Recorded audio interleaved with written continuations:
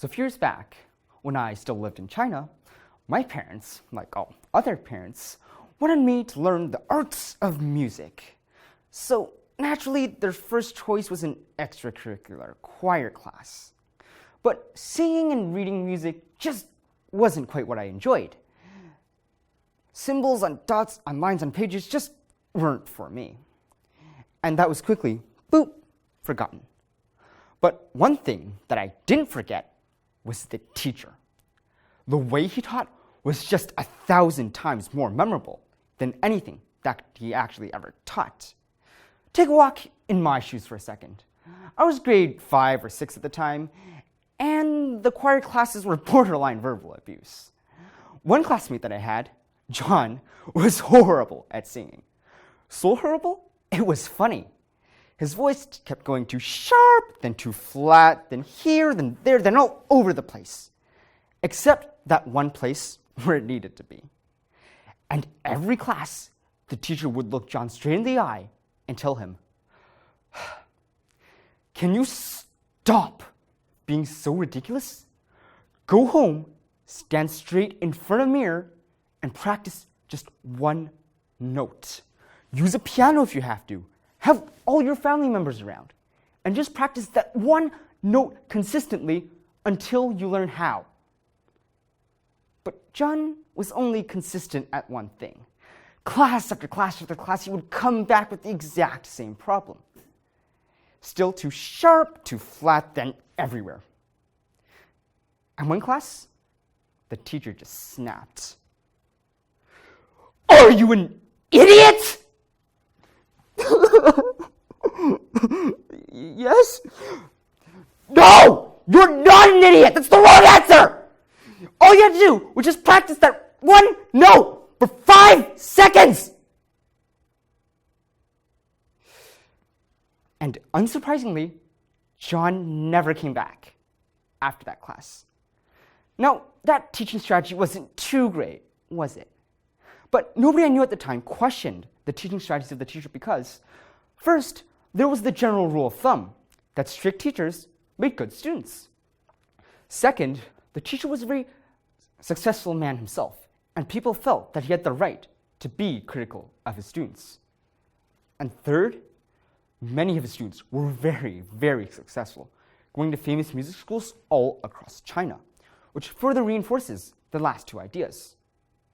So, all in all, his teaching technique was actually fairly effective at getting ideas across, but only to the select few who were very passionate about the subject and their entire life down the road dependent on just one thing, which was music. And because his advice was very clear and often hit the nail right on the head, people listened to it despite all the wrath that was involved. But to those a little more sensitive, you can probably see how the rage quickly just drives them away. And that's because, although specifics and truths are a crucial component to feedback, they hurt a lot, especially when lacking any positivity to cushion the blow. Even when I think back upon these classes now, it's as if I can still feel my heart just beating on my chest. Even the thought of being screamed at like that was absolutely terrifying for 12-year-old me. And it still is to me now. But that's okay, because teachers in Canada aren't as likely to point at you and then scream at you like you're an absolute failure. It's about a different mindset, being inclusive. Nobody's judged based on what subjects they're good at and how well they do in them. It's very easy on people. But we need to keep in mind that sometimes we shouldn't have too much of a good thing. So sometimes when a teacher looks at me and tells me that I did just fine, even though I'm pretty sure that I didn't, I really can't tell if they're trying to be nice or just being sarcastic. There was one class that I took outside of school where the teacher would walk in every class and greet us all very kindly. And if I remember correctly, she was never critical to me, or in fact, to anyone else in that class. And don't get me wrong, everybody appreciates a nice teacher, and I am no exception. But that lack of critical comment in her class also posed a problem, because she was too nice to tell us that our work may have needed drastic improvement, or so to say, just wasn't quite good enough. And every time we handed in our work, we would just get back pages and pages of our own written text with meaningless red annotations. And I was fine with this at the start, but as the year wore on and the workload gradually increased, the quality of the marking gradually decreased. And I remember the breaking point for me was when I received an essay that I wrote. 42 out of 50. It's not the greatest mark, but with a little work, maybe I could get up to 48, 49, or maybe even 50. And I looked down at the page, and the first thing I saw, awkward. If you gave me this piece of paper now, I could probably see why that sentence was awkward. But because young me wasn't as experienced, all I could feel at that time was just confused. And I took a quick glance at the rest of the page. Awkward, not clear, question mark, awkward, and wordy. When I got back this essay, I felt I had less of an idea of how to improve than before I even handed it in.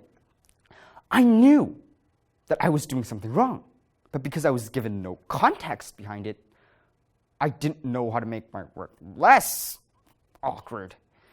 And even when I looked for the teacher, she wouldn't really tell me how it was actually all incorrect.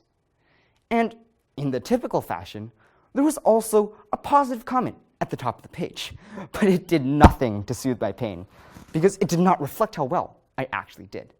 I mean, I could guess what the teachers thought of my work because sometimes you get the great job, and that scales down to the good effort, which really leaves a sour taste in my mouth when it's paired with a bad mark.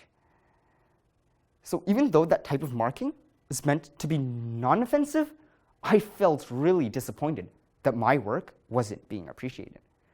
Some people enjoyed this type of feedback because they thought they were already good enough, but most people, including me, could tell that what we needed was not more encouragement, but rather actual, tangible feedback.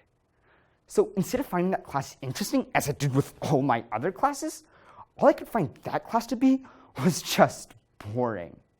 And every week, I would just head to that class, my eyes would roll back into my head, and my brain would just go on autopilot because I knew that there was no point in paying any attention.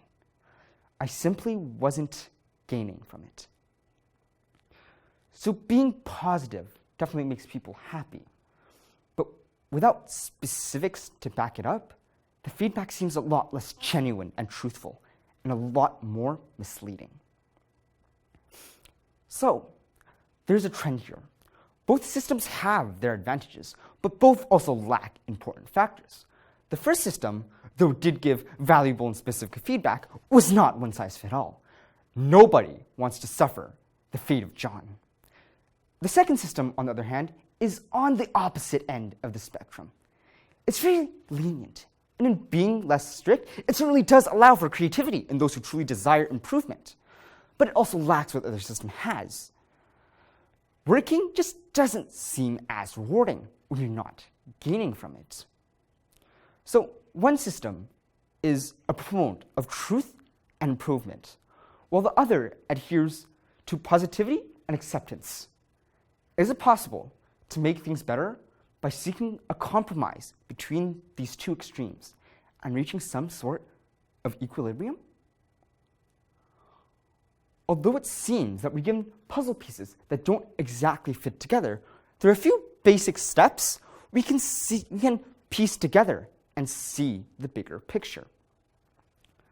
First of all, be specific.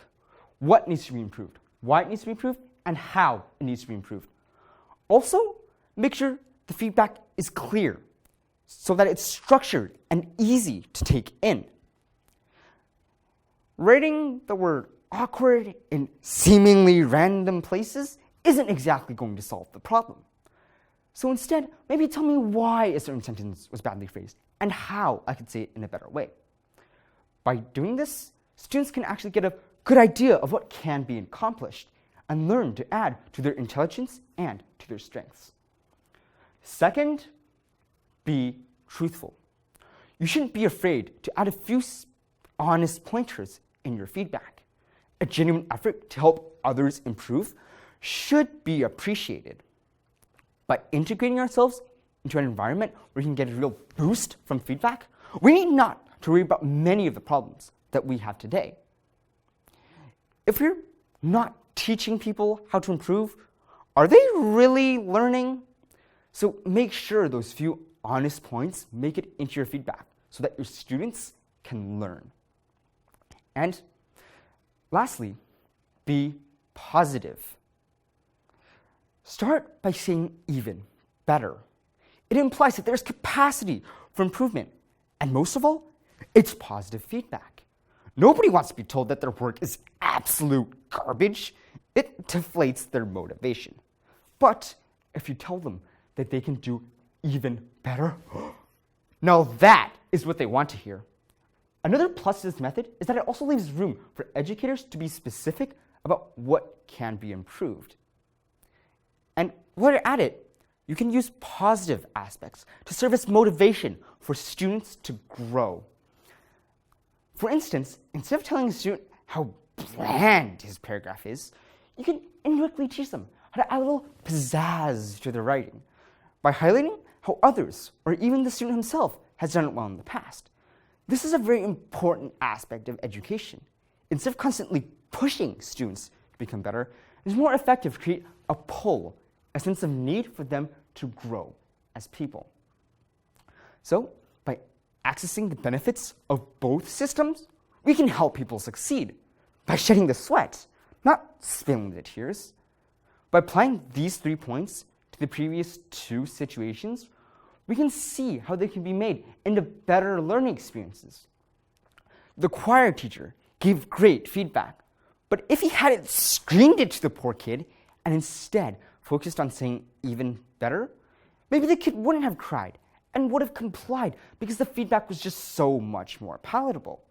And as for the nice teacher, I would really appreciate it if she was being truthful about what went wrong and being specific and clear about it. Because writing wordy across an entire paragraph isn't exactly the most comprehensive thing to do, nor screaming at someone until they can see nothing through their tears. I believe if people were specific, truthful, and positive, everybody would be learning a lot more with a lot more enthusiasm. And I know that this is possible because I have a teacher like this. He can be humorous and encouraging, but also serious and specific when the time calls for it. His style of marking and giving feedback is very amusing, yet enlightening to read, because it communicates exactly what needs to be said. I remember this one time where I got back a piece of paper, and he made a little joke next to some suggestions about using more metaphor and simile in my creative writing. And although that joke was just a tiny compliment to some serious feedback, it made my day.